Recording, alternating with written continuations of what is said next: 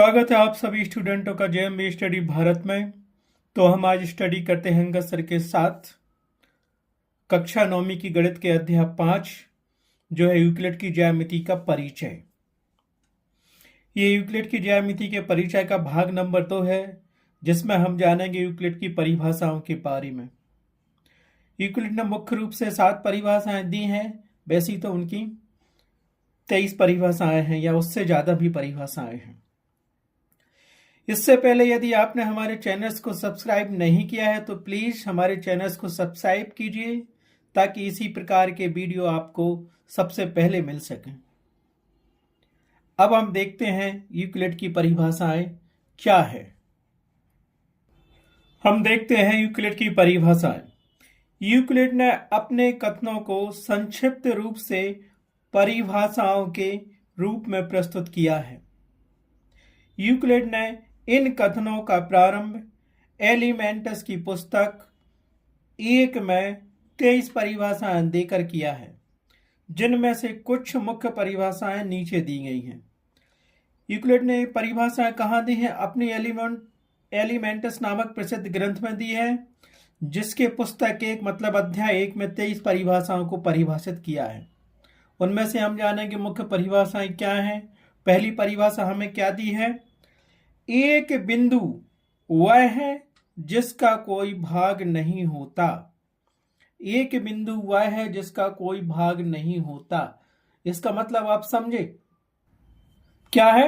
एक बिंदु वह होता है जिसका कोई भाग नहीं होता। बिंदु कैसे रखते हैं हम? देखो ऐसे रखते बिंदु, ये बिंदु, ये बिंदु, ऐसे कई बिंदु हो सकते हैं, लेकिन इसमें हम इस बिंदु की ना तो हम मोटाई नाप सकते हैं, ना चौड़ाई जिसको कहते हैं जिसको, और ना ही लंबाई नाप सकते हैं। अर्थात जो बिंदु है, बिंदु की परिभाषा क्या दी यूक्लिड ने? एक बिंदु वह है जिसका कोई भाग नहीं होता, अर्थात जिसकी कोई विमा नहीं होती, या जिसकी ना तो लंबाई होती है ना चौड़ाई होती है। तो यूक्लिड के शब्दों में हम कहते हैं बिंदु, एक बिंदु वह है जिसका कोई भाग नहीं होता। अर्थात बिंदु हम उसे कहते हैं जिसकी ना तो लंबाई होती है ना ही चौड़ाई होती है, उसे हम बिंदु कहते हैं, अर्थात विमाहीन होती है। सेकंड परिभाषा देखते हैं यूक्लिड ने हमें क्या दी थी। यूक्लिड ने हमें सेकंड परिभाषा दी है, एक रेखा अर्थात लाइन चौड़ाई रहित लंबाई होती है। अर्थात रेखा की चौड़ाई नहीं होती है लेकिन लंबाई होती है, क्योंकि यूक्लिड कहता है कि बिंदुओं को मिला के रेखा बनती है, और हम जानते हैं कि बिंदुओं की ना तो लंबाई होती है न चौड़ाई होती है, लेकिन एक ही दिशा में हम कई सारे बिंदु रख दें और उसको मिला दें तो एक रेखा बन जाएगी। जैसे देखो हमारे पास ये बिंदु दिया है, 1 बिंदु 2 बिंदु 3 बिंदु 4, ऐसे ना अनगिनत बिंदु दिए हैं, ये पास पास होंगे तो एक रेखा बन गई ना, तो ये बन गई। जैसे बिंदु की चौड़ाई और लंबाई नहीं होती, उसी प्रकार रेखा की लंबाई तो है, लेकिन इन बिंदुओं को मिलाने से लंबाई तो बन गई, लेकिन चौड़ाई हमको दिखाई नहीं दे रही, मतलब चौड़ाई नहीं होती है। तो यूक्लिड भैया क्या कहते हैं? एक रेखा चौड़ाई रहित लंबाई होती है, अर्थात रेखा में केवल लंबाई होती है, चौड़ाई नहीं होती। ठीक है, तो यूक्लिड ने पहली परिभाषा हमें बिंदु की दी, जिसका कोई भाग नहीं होता, अर्थात ना तो बिंदु की लंबाई होती है ना चौड़ाई होती है। और रेखा की परिभाषा हमें क्या दे दी यूक्लिड ने? चौड़ाई रहित लंबाई ही रेखा होती है, अर्थात बहुत सारे बिंदुओं को मिलाने से एक रेखा बनती है, तो हमें एक लंबाई तो प्राप्त हो जाती है रेखा की, ठीक है, लेकिन हमें उसकी चौड़ाई या मोटाई प्राप्त नहीं होती है। तो क्या कहेंगे हम? रेखा क्या कहलाती है? एक चौड़ाई रहित लंबाई होती है। यूक्लिड ने तीसरी परिभाषा हमें दी है, एक रेखा के सिरे बिंदु होते हैं। वो कहते हैं कि एक रेखा के सिरे बिंदु होते हैं। अब सही है, क्योंकि इन बिंदुओं से मिलाकर एक रेखा बनी है, ये कई सारे बिंदु पास पास पास, तो इसके जो किनारे होते हैं ना, ये भी तो एक बिंदु है और ये भी तो एक बिंदु है। तो रेखा के जो सिरे होते हैं, एक किनारे होते हैं, वो क्या है? एक बिंदु होते हैं। एक रेखा के सिरे या किनारे बिंदु होते हैं। याद रखना, ये 3 परिभाषा आपकी यूक्लिड की याद हो गई। उसने कहा कि बिंदु की परिभाषा क्या है? एक बिंदु वह है जिसका कोई भाग नहीं होता, अर्थात ना तो इसकी चौड़ाई होती है ना ही लंबाई होती है। सेकेंड परिभाषा यूक्लिड ने हमें दी, एक रेखा चौड़ाई रहित लंबाई होती है। अर्थात बहुत सारे बिंदुओं को मिला के एक रेखा बनती है जिसमें केवल लंबाई होती है, चौड़ाई नहीं होती। और वहीं तीसरी परिभाषा दी है, एक रेखा के जो सिरे होते हैं या किनारे वो बिंदु होते हैं। बिल्कुल, क्योंकि बिंदुओं से मिला के हम रेखा बनाते हैं। जैसे ये दी हमें, देखो यही रेखा बनी ना, लास्ट में भी एक बिंदु है और शुरू में भी एक बिंदु है, तो इसके सिरे रेखा के क्या होंगे, बिंदु ही होंगे। ठीक है, तो ये तीन परिभाषा आपने देख ली। अब चौथी परिभाषा देखते हैं यूक्लिड ने क्या दी है। यूक्लिड कहते हैं एक सीधी रेखा ऐसी रेखा है जो स्वयं पर बिंदुओं के साथ सपाट रूप से स्थित होती है। एक सीधी रेखा ऐसी रेखा है जो स्वयं पर बिंदुओं के साथ सपाट रूप से स्थित होती है। अब सीधी रेखा क्या होती है, बिंदुओं के साथ सपाट रूप से स्थित होती है। तो हमने पढ़ा था कि दूसरे में क्या पढ़ा था, रेखा क्या होती है, बिंदुओं से मिला के बनती है। ये बिंदु आपस में मिलते गए मिलते गए मिलते गए मिलते गए, तो ये क्या हो गई, एक रेखा बन गई। और एक सीधी रेखा, यही चौथी परिभाषा दी ना, एक सीधी रेखा ऐसी रेखा है जो स्वयं पर बिंदुओं के साथ सपाट रूप से स्थित होती है। जो बिंदु है ना, ये बिंदु मिल गए तो एक रेखा बन गई।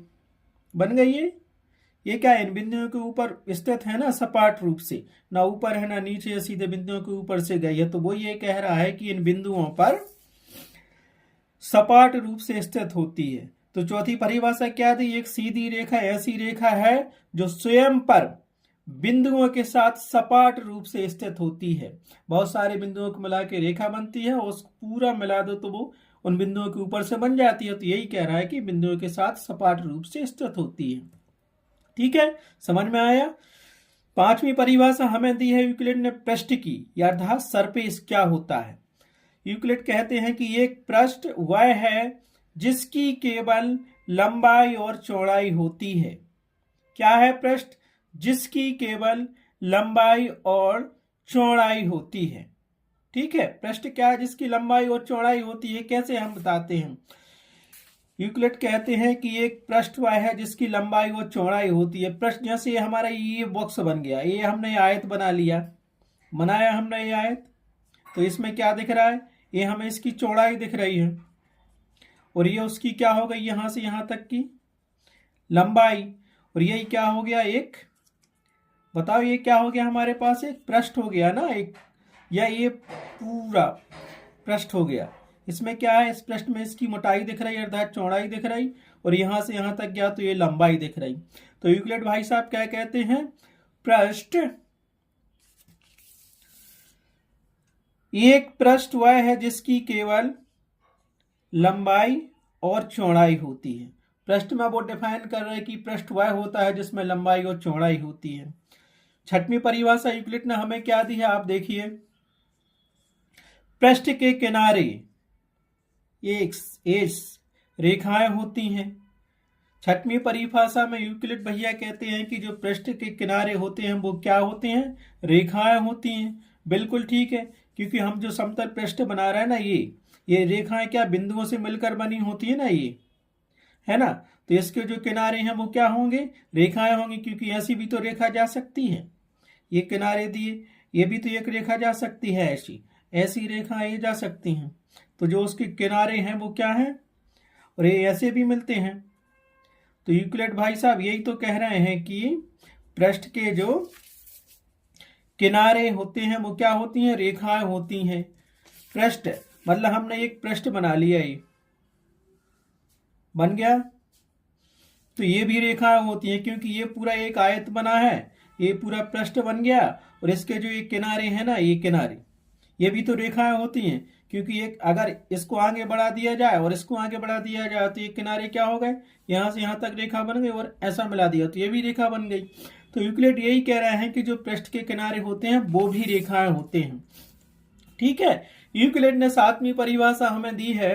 यूक्लिड हमें सातवीं परिभाषा देते हैं, एक समतल पृष्ठ ऐसा पृष्ठ है जो स्वयं पर सीधी रेखाओं के साथ सपाट रूप से स्थित होता है।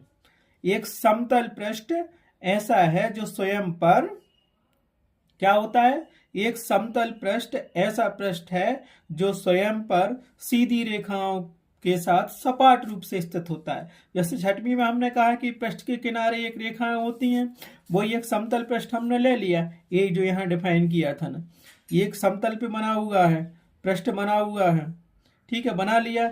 समतल पृष्ठ एक ऐसा पृष्ठ होता है जो स्वयं पर सीधी रेखाओं के साथ सपाट रूप से स्थित होता है।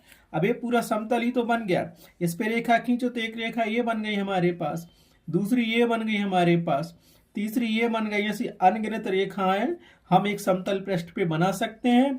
तो वही बात हमारे पास यूक्लिड भाई साहब बोल रहे हैं, एक समतल पृष्ठ ऐसा पृष्ठ है जो स्वयं पर सीधी रेखाओं के साथ सपाट रूप से स्थित होता है। देखो हमने किया ना, एक समतल पे रेखाएं खींची समतल के ऊपर, तो स्वयं पर वही तो है, स्वयं पर सीधी रेखाओं के साथ सपाट रूप से स्थित होता है। इस प्रकार आज का वीडियो हमारे पास जो था वो था यूक्लिड की परिभाषाओं के ऊपर से। इसमें हमने यूक्लिड की 7 मुख्य परिभाषाएं बताई। पहली परिभाषा बिंदु की बताई यूक्लिड के द्वारा, दूसरी परिभाषा हमने रेखा की बताई यूक्लिड के द्वारा, वहीं तीसरी में यूक्लिड भाई साहब कहते हैं कि रेखा के सिरे बिंदु होते हैं। चौथी परिभाषा में वो कहते हैं कि सीधी रेखा ऐसी रेखा है जो स्वयं पर बिंदुओं के साथ सपाट रूप से स्थित होती है। पांचवी परिभाषा उन्होंने कहा एक पृष्ठ की दी है, उन्होंने कहा एक पृष्ठ वह है जिसकी केवल लंबाई और चौड़ाई होती है। हमने बताया था ये पृष्ठ है, इसमें चौड़ाई और लंबाई होती है। छठवीं परिभाषा में यूक्लिड भाई साहब कहते हैं कि पृष्ठ के किनारे रेखाएं होती हैं। बिल्कुल ठीक है, एक हमने बताया था पृष्ठ है, एक सतह बनी है, उनके किनारे भी क्या होते हैं, रेखाएं होती हैं। और सातवीं परिभाषा उन्होंने दी है कि एक समतल पृष्ठ ऐसा पृष्ठ है जो स्वयं पर सीधी रेखाओं के साथ सपाट रूप से स्थित होता है। तो ये मुख्य परिभाषाएं दी हैं, तो उन्होंने बहुत सारी परिभाषाएं, लेकिन हम इन 7 परिभाषाओं के रूप में ही जानेंगे, ठीक है। प्रश्नावली में पूछ लेते हैं, एक बिंदु की परिभाषा क्या है यूक्लिड के अनुसार, रेखा की परिभाषा क्या है, पृष्ठ की परिभाषा क्या है, समतल पृष्ठ की परिभाषा क्या है। तो हमें परिभाषा यूक्लिड भाई साहब के अनुसार ही परिभाषा लिखनी है प्रश्न में, ठीक है। ये 7 परिभाषा कंप्लीट हो गई। ये हमारे पास क्या यूक्लिड की ज्यामिति के परिचय का दूसरा वीडियो था। इस प्रकार से ये वीडियो कंप्लीट हुआ परिभाषाओं पर। अब नेक्स्ट वीडियो में हम जानेंगे उसके नेक्स्ट पार्ट की introductions. Thanks for watching my video.